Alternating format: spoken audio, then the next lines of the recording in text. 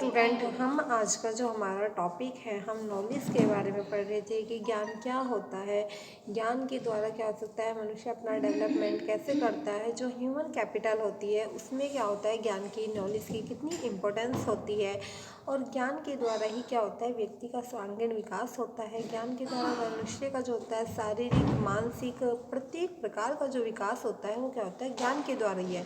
और ज्ञान क्या है, ज्ञान वह नहीं है कि कुछ हमारी परसेंटेज ज़्यादा आ गई तो वो क्या हो सकती है, नॉलेज हो सकती है। नॉलेज क्या होती है, कभी एक तो ख़त्म नहीं होती है, उसको हम जितना चाहे उतना बढ़ा सकते हैं। ज्ञान क्या होता है, लर्निंग एक तरीके से कि हमारे अंदर सीखने के लिए कितनी तत्परता है, हम सीखने के लिए कितने परेशान हैं, हमें सीखने के लिए कितनी कोशिश है, लगन है। तो ये सब क्या होता है, हमारे यहाँ पे ज्ञान होता है। ज्ञान का जो हमने कंपैरिजन किया था वो किया था रिसर्च से भी किया था कि जब क्या होता है, रिसर्च की जाती है तो इसका मतलब भी क्या होता है, एक तरीके से हम ज्ञान की ही बात कर रहे हैं। कुछ जो फैक्टर्स होते हैं, जो हमारी जो नॉलेज होती है उसको इफेक्ट करते हैं, उसमें से कुछ फैक्टर्स की हम बात करते हैं, जैसे कि टेक्निकल एजुकेशन, जिसको हम तकनीकी शिक्षा कहते हैं। ये भी क्या होती है, हमारे ज्ञान को बढ़ाने में हमारी मदद करती है। Telecommunication and information technology, tele संचार और सूचना प्रौद्योगिकी भी हमारी जो नॉलेज होती है उसे बढ़ाने में अपनी काफ़ी भूमिका निभाती है। रिसर्च एंड डेवलपमेंट, मैंने कहा है कि रिसर्च क्या होती है, ज्ञान की खोज को ही हम रिसर्च कहते हैं। और जब भी कोई व्यक्ति रिसर्च करता है तो वो डेफिनेटली किसी डेवलपमेंट की ओर ही अग्रसर होता है। अब बात करते हैं हम ज्ञान, समाज तथा अर्थव्यवस्था को प्रोत्साहित करने वाले घटक। देखते हैं, विज्ञान और प्रौद्योगिकी के क्षेत्र में अनुसंधान कार्य में निवेश की बढ़ती जन रुचि होनी चाहिए। कि जो हमारा टेक्नोलॉजी का जो एरिया है उसके लिए हमें क्या होना चाहिए, इंटरेस्टेड होना भी बहुत ज़्यादा ज़रूरी है। यदि हम क्या होंगे, इंटरेस्टेड नहीं होंगे, वो ये कि आप किसी काम को करना चाहते हैं और करते टाइम आपका उसमें इंटरेस्ट नहीं है तो डेफिनेटली सी बात है कि वो काम हमारा सही ढंग से नहीं हो पाएगा। तो जब भी हम कोई काम करें तो उसके लिए क्या होना चाहिए, हमें इंटरेस्ट होना बहुत ज़्यादा ज़रूरी है। सेकंड बात करते हैं, बौद्धिक संपदा अधिकारों के संरक्षण को लेकर बढ़ती चिंता। जो हमारी बौद्धिक संपदा है, जो अधिकार हैं, उनकी जो असर है उसको लेके भी क्या की जाती है, चिंता बढ़ने लगी है, जिसके कारण भी हमारा क्या बनता है, ज्ञान बढ़ता है। जो हमारी इकोनॉमी है, दुनिया भर की अर्थव्यवस्थाओं के भूमंडलीयकरण के कारण सभी स्तरों पर प्रतिस्पर्धा। आज आप देखते हैं, वो कोई सा भी सेक्टर ले लो, आईटी सेक्टर ले लो, किसी एजुकेशन का सेक्टर ले लो, किसी टेक्नोलॉजी, किसी भी मेडिकल सेक्टर ले लो, कोई भी सेक्टर आप ले लो, हर जगह पे क्या होगा, आपको प्रतिस्पर्धा देखने को मिलती है। ये जो कंपटीशन बढ़ रहा है, ये कंपटीशन जो बढ़ रहा है वो ज्ञान के कारण ही बढ़ रहा है। क्यों? क्योंकि हर सेक्टर में एक से एक टैलेंटेड बंदा है, एक से एक स्टूडेंट जो है वो अपनी ज्ञान की खोज कर रहा है, वो अपने ज्ञान को बढ़ाने के लिए लगा हुआ है, हर प्रयास कर रहा है। तो ये भी क्या होता है, ये कंपटीशन को भी जन्म देता है। फिर है नेटवर्किंग नीतियों की अब जो नेटवर्किंग है, नेटवर्किंग देखो कितनी, एक नेटवर्किंग क्या है, एक नेटवर्कों का जो जाल होता है उसे ही हम क्या कहते हैं, नेटवर्किंग कहते हैं। तो नेटवर्किंग क्या हुई है, बहुत ज़्यादा फैल रही है। ठीक है, नेटवर्किंग मतलब एक तरीके से संचार का जाल जिसे हम कहते हैं, कम्युनिकेशन के जाल भी जिसे कहते हैं। सहभागी कार्य संस्कृति, आजकल आप देखते हो कि क्रिएटिविटी भी बहुत ज़्यादा बढ़ रही है। हम देखते हैं कि छोटा सा बच्चा भी अगर कुछ कर रहा है तो उसको कहेंगे कि ये किसमें क्रिएटिविटी है। ठीक है, हर कोई ये कहता है, जिसको हम सृजनात्मकता कहते हैं। जो हमारी, आप बीएड वगैरह करते हो तो उसमें पढ़ाया भी जाता है कि एजुकेशन क्या होती है, क्या उसके बेनिफिट्स होते हैं, क्या उसके मेरिट्स हैं, क्या उसके डिमेरिट्स हैं, ये सारी चीज़ें हमें उसमें देखने के लिए मिलती हैं। ज्ञान आधारित व्यापार का विकास देखिए, यदि आपके पास नॉलेज है और आप किसी बिजनेस को कर रहे हैं तो आप उस बिजनेस को क्या कर सकते हैं, ऊंचाइयों की शिखर तक ले जा सकते हैं। कैसे? ज्ञान के द्वारा।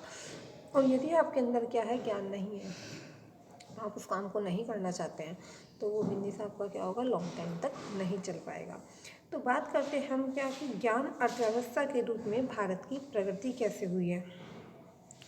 देखो ज्ञान अर्थव्यवस्था से अधिकतम लाभ उठाने के लिए हमें इन्हीं ज्ञान व्यवसायियों का सर्जन करके उन्हें पोषित करना पड़ता है, संचालन की अनुकूल सुविधाएं देनी पड़ती हैं और रचनात्मक गतिविधियों के लिए काफ़ी सुविधाएं प्रदान करनी पड़ती है। जो हमारी रचनात्मक गतिविधियां हैं उनके लिए क्या करना पड़ता है, हमें काफ़ी फैसिलिटीज़ प्रोवाइड करनी पड़ती है ताकि वे नए तरीके ढूंढकर व्यापार को गतिशील बना सकें। ऐसा करने के लिए निम्नलिखित बातें जरूरी हैं। वो कौन कौन सी बातें हैं जिसके लिए ज़रूरी बताइए। तकनीकी शिक्षा, टेक्निकल एजुकेशन क्या होती है? उच्च कोटि के इंजीनियरों, वैज्ञानिकों और कुशल तकनीकी कार्मिकों के से संपन्न भारत विश्व में दूसरा सबसे बड़ा ज्ञान का संसाधन केंद्र बना है। ये क्या बना है? दूसरा जो है हब बना है किसका? नॉलेज का। देश में भली भांति विकसित उच्च शिक्षा प्रणाली, हमारी जो कंट्री है उसमें जो हायर एजुकेशंस है वो क्या है, वो अच्छी तरह से बढ़ रही है। उसका जो लेवल है वो पहले से ज़्यादा डेवलप हो चुका है। इसने बताया है कि देश में भली भांति विकसित उच्च शिक्षा प्रणाली है जो इसकी विशाल प्रतिभागियों को निधि का स्रोत है। जो विशाल प्रतिभाशाली जो बालक होती है, निधि मतलब एक तरीके से संचय करना जिसे हम कहते हैं, ये क्या है? उसका स्रोत होती है।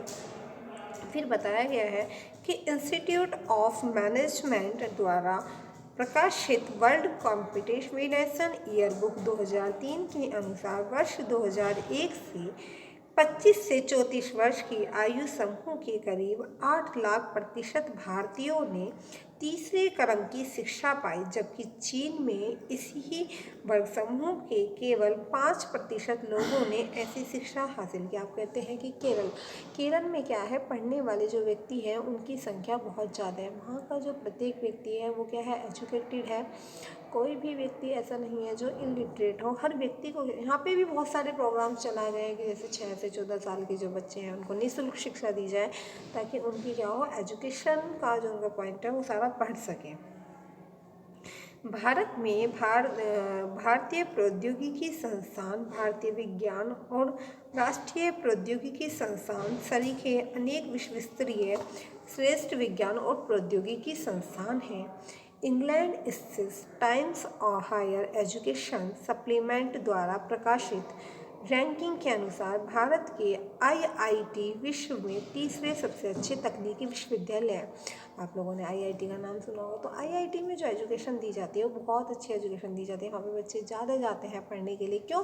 क्योंकि अदर्स जो वहाँ पे आप एजुकेशन प्राप्त कर रहे हो वहाँ से जो उसका सिस्टम है बहुत अच्छा है। टीचर्स में जो है पढ़ाने के लिए स्किल अलग है, नॉलेज उनकी बहुत अच्छी है। तो ये सारी चीज़ें क्या होता है, आईआईटी एक बहुत अच्छा संस्थान माना जाता है। तकनीकी संस्थानों में प्रतिवर्ष 5 लाख डिप्लोमा एवं डिग्रीधारी शिक्षा प्राप्त करते हैं। डिप्लोमा जैसे कि आप बीटेक वगैरह हो, ये सब आपके डिप्लोमा के अंतर्गत आते हैं। कुछ क्या होते हैं, डिग्री धारक होते हैं।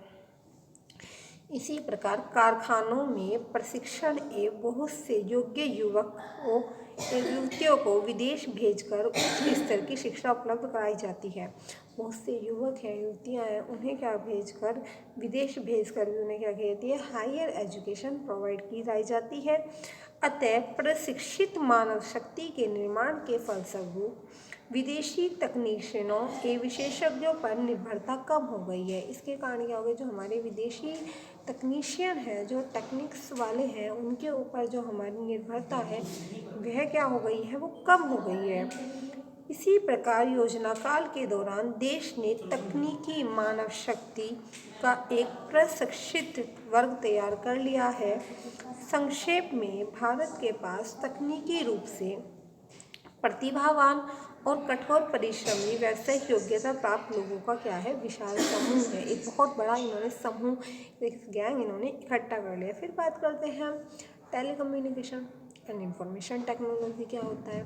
देखिए, स्वतंत्रता के बाद देश में दूरसंचार सेवाओं में ज़बरदस्त सुधार आया है। जो हमारी स्वतंत्रता हुई है उसके बाद क्या हुआ है, जो हमारा टेक्निकल जो सिस्टम है, जो एक तरीके से आईटी सेक्टर है, उसमें क्या हुआ है, काफ़ी चेंजेस आपको देखने के लिए मिले हैं और एक स्वतंत्र नियामक संस्था की स्थापना की गई है। दूरसंचार विभाग की सेवाएं उपलब्ध कराने वाली संबंधी कार्य को अलग करने तथा सरकारी सेवा प्रदान सहित सभी सेवा प्रदाताओं को समान अवसर उपलब्ध कराने का क्या हो गया है, लक्ष्य प्राप्त हो गया है। जिसके कारण क्या हो रहा है, ये एक हायर एजुकेशन को रिसीव कर सके, उसको प्राप्त कर सके, उनके लिए इनका एक टारगेट कंप्लीट हो चुका है।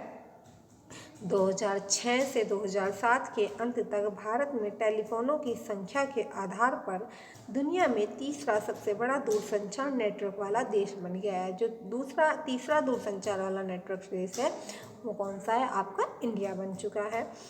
31 मार्च 2007 को इसके नेटवर्क कितने थे? 206.83 लाख टेलीफोन कनेक्शन और 2.36 लाख सार्वजनिक टेलीफोन थे। देश में सेलुलर फ़ोनों की संख्या 166.05 लाख है और ऐसे टेलीफोन वालों की संख्या हर महीने 50 लाख की दर से बढ़ रही है, जो क्या होगी दिन प्रतिदिन बढ़ती ही जा रही है। रिसर्च एंड डेवलपमेंट के लिए नेक्स्ट टॉपिक में आपसे बात करेंगे। Thank you.